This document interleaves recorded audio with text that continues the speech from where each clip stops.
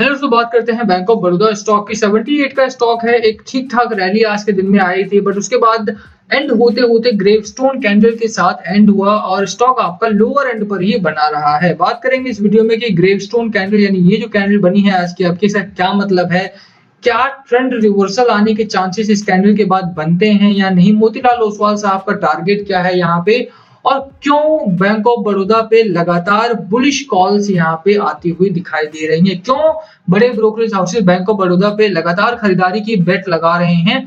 क्या bank of Baroda में उतनी कैपेबिलिटी है जितना लोग टारगेट्स दे रहे हैं, या लोग खरीदारी कर रहे हैं? क्योंकि खरीदारी भी है, टारगेट्स भी है, खबरें भी बहुत पॉजिटिव है। उसके बाद क्या कारण है कि स्टॉक लगातार लोअर एंड पर बना हुआ है। चलिए शुरू करते हैं, बट उससे पहले अगर आप चैनल पे नए हो तो प्लीज चैनल को सब्सक्राइब कर दो और हिट द बेल आइकन ताकि आपको नोटिफिकेशन मिल सके।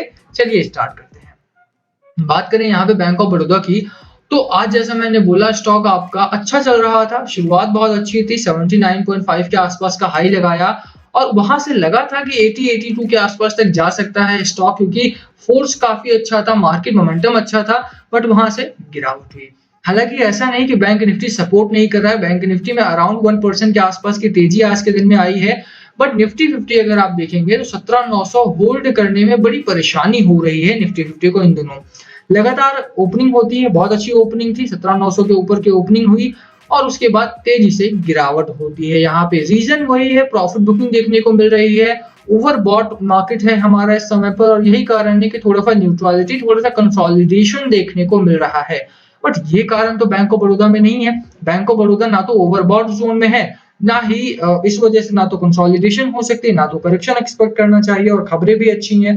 तो क्या कारण है कि गिरावट हो रही है? देखिए, सबसे पहला कारण है कि लगातार बैंकिंग सेक्टर जो रहा है आपका, वो लोअर एंड पर रहा है, और यही कारण है कि स्टॉक में लगातार गिरावट का मोमेंटम आया है। आज की जो कैंडल है, ग्रेवस्टोन कैंडल कहते हैं इसे। ग्रेवस्टोन कैंडल का जो मतलब होता है उल्टा टी मतलब, और इसका मतलब होता है कि यहाँ से ट्रेंड रिवर्सल होने के चांसेस है। ट्रेंड रिवर्सल होने का मतलब है कि अगर लगातार स्टॉक गिरावट में था तो स्टॉक ऊपर जाने के चांसेस हो जाते हैं, अगर लगातार ऊपर जा रहा होता है तो लगातार उसके बाद गिरावट से तेजी आने के चांसेस बनते हैं।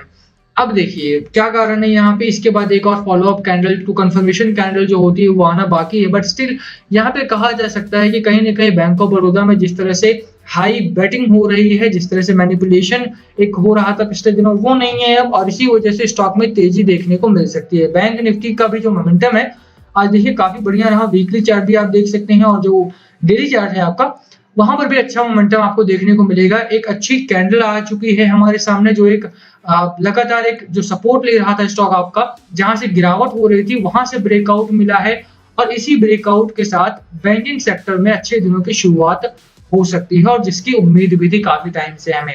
अगर बैंकिंग सेक्टर में अच्छे दिन आते हैं तो PSU are going to be the first banks या फर्स्ट सेक्टर टू ग्रो।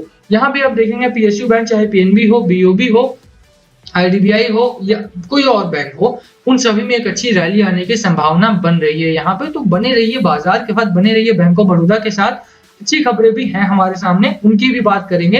अभी आप देखिए बैंक निफ्टी में एक अच्छा ब्रेकआउट आया है, यहाँ से एक अच्छा चांस है कि स्टॉक आपका भागता हुआ दिखाई दे सकता है। बैंक ऑफ बड़ौदा में ग्रेवस्टोन कैंडल जो आ चुकी है उसका भी यही मतलब है कि यहाँ से ट्रेंड रिवर्सल हो सकता है। 76-77 का आप सपोर्ट लेकर के चलिए।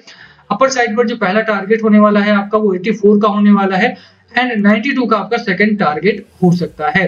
तो कहीं ना कहीं 92, 91.5, 92 के आसपास का टारगेट आप लेकर के चल सकते हैं यहाँ पे, एंड वो टारगेट भी आपका जल्दी आता हुआ दिखाई देगा। तो घबराना नहीं है, निकलना नहीं है स्टॉक से। ऐसे टाइम पे जब स्टॉक आपका on the words of breakout हो तब तो बिल्कुल नहीं निकलना चाहिए। वीकली चार्ट पैटर्न देखें तो रेंज में है, ग्रेवस्टोन कैंडल यहाँ भी दिखाई देती है, चार्ट आपका वही है, यहाँ थोड़ा सा आपको डाउनवर्ड दिखाई देता है, आपका हिस्टोग्राम जो है वो लोअर एंड पर बना हुआ है। साफ तौर पर यहाँ पे थोड़ा सा न्यूट्रलिटी और बेरिश मोमेंटम है, बट उसको ध्यान में नहीं रखना इस समय पर। रीजन बीइंग कि जो बेटिंग हो रही है, जो खरीदारी हो रही है, यहाँ से जल्दी ही निकलने की कोशिश करता हुआ दिखाई देगा आपका स्टॉक, और वो चीजें विजिबल भी हैं कहीं ना कहीं। तो खरीदारी कीजिए स्टॉक में, अगर आपने अभी तक खरीदारी नहीं की है, बाय करके रहिए स्टॉक को, क्योंकि मार्केट रिवर्सल आ रहा है, ट्रेंड रिवर्सल आ रहा है, एंड ऐसे समय में जहां पर ऑटो सेक्टर हो गया, इससे पहले मैंने टीएमटी डीवीआर की वीडियो अपलोड की है, वो जाकर देख सकते हैं। 7% की रैली उसमें आ जाइए, और उसी के बाद एक अच्छा ब्रेकआउट वहां पर भी देखने को मिला है, खबरें बहुत पॉजिटिव हैं, तो वो उससे भी आपको काफी इन्वेस्टमेंट का एक अच्छा सजेशन मिल सकता है। बाकी अगर बैंक ऑफ बड़ौदा की बात करें तो यहाँ पर भी वही है, एक अच्छा ब्रेकआउट है, खबरें अच्छी हैं और साथ में मोतीलाल ओसवाल का टारगेट भी है। करंट मार्केट प्राइस 2-3 दिन पहले का अगर आप देखें तो करंट मार्केट प्राइस था 81 के आसपास का और टारगेट इन्होंने 100 रुपीज का दिया था। 23% 25% के आसपास का इस प्राइस से अपसाइड देखने को मिल रहा है। इन्होंने अपग्रेड किया था स्टॉक को और अगर आप ये पूरी रिपोर्ट पढ़ना चाहते हैं तो आप जाकर के मोतीलाल ओसवाल वेबसाइट पर पढ़ सकते हैं। वहां पर आपको मिल जाएगा एस्टिमेट चेंज जो है 25% के आसपास लेकर के चल सकते हैं। पिछली बार मैंने आपको आईसीआईसीआई डायरेक्ट का टारगेट दिखाया था, देन अभी बैंक ऑफ बड़ौदा का टारगेट है और इसीलिए मैं बोल रहा हूँ क्योंकि लगातार इनके पास जो एक रैली है, जो खरीदारी है वो आ रही है और यही कारण है कि मुझे लगता है कि banking sector is the next sector to grow faster than automobile sector. Auto sector जितनी तेजी से भागा था उससे तेजी से यहाँ पे बैंकिंग सेक्टर भागता हुआ दिखाई देगा। You just have to wait, have patience. Bank of Baroda में रुकिए और एंजॉय कीजिए रैली को। ये तो रही टारगेट की बात। कुछ बेसिक चीजों की अगर आप देखें तो बैंक ऑफ बड़ौदा में कुछ और कारण भी है जिसकी वजह से निकलना नहीं चाहिए आपको। पहली चीज, स्टॉक ने लगातार प्रॉफिट जनरेट किया। 15,751 करोड़ से लेकर के 23,762 करोड़ का रेवेन्यू जनरेट कर रही है कंपनी। ठीक ठाक मार्जिन मेंटेन करके रखा है, 15% के आसपास का मार्जिन मेंटेन करके रखा है कंपनी ने और यही एक अच्छी कंपनी की पहचान है कि मार्जिन बहुत अच्छा रहता है इनका। 660 करोड़ का नेट प्रॉफिट 2018 में था और जो प्रॉफिट बढ़ करके 1227 करोड़ हो गया है, डबल हो गया है इन 2 इयर्स।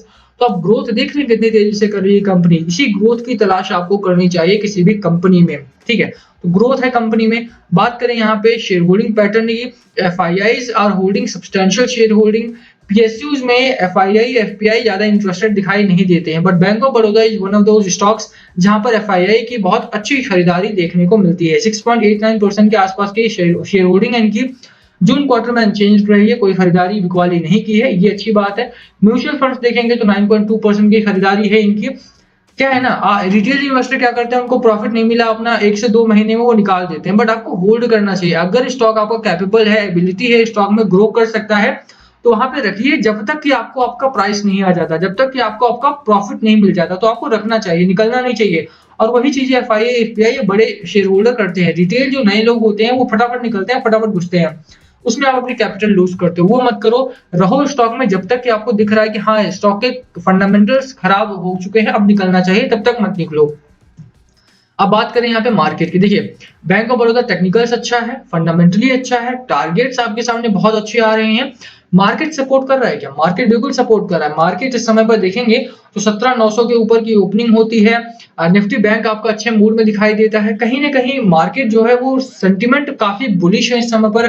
सेंसेक्स ने 60,000 क्रॉस कर लिया है। मार्केट में लगातार खरीदारी हो रही है। एफआईआई एफपीआई की खरीदारी हो, डीआईआई की खरीदारी हो, दोनों ही फ्रंट से अच्छी खरीदारी आ रही है। निफ्टी 50 18,000 लगाने की वर्ज पर है। सेंसेक्स जो है हमारा वो 65 चला जाने की वर्ज पर है। तो बिल्कुल खरीदारी करके चलो, बुल का राज है। यहाँ पे आपको प्राइस आपका जल्दी ही आता हुआ दिखाई देगा। लास्ट वीक की बात करें 515 करोड़ के आसपास की बिकवाली की थी फ्राइडे को डीआईआईज ने। एफआईआईज ने 442 करोड़ की खरीदारी की थी। फ्राइडे का दिन थोड़ा सा न्यूट्रल रहा था हमारा, बाकी पूरा हफ्ता इन दोनों ही तरफ से बहुत अच्छी खरीदारी आई थी, तो वो आपको देख के चलना है। बाकी अच्छा स्टॉक है, 92 का टारगेट लेकर के चलो। खरीदारी करने की सलाह मेरी रहेगी, होल्ड कीजिए स्टॉक को, लास्ट कॉल आपका होना चाहिए। बाय करना है, सेल करना है या होल्ड करना है, क्या है आपकी स्ट्रैटेजी, प्लीज कमेंट करके शेयर करना। वीडियो पसंद आई हो तो लाइक करना, चैनल पे नए हो तो सब्सक्राइब किए बिना मत जाना। Thank you for watching and yes please comment below अगर कुछ पूछना हो तो। Thank you.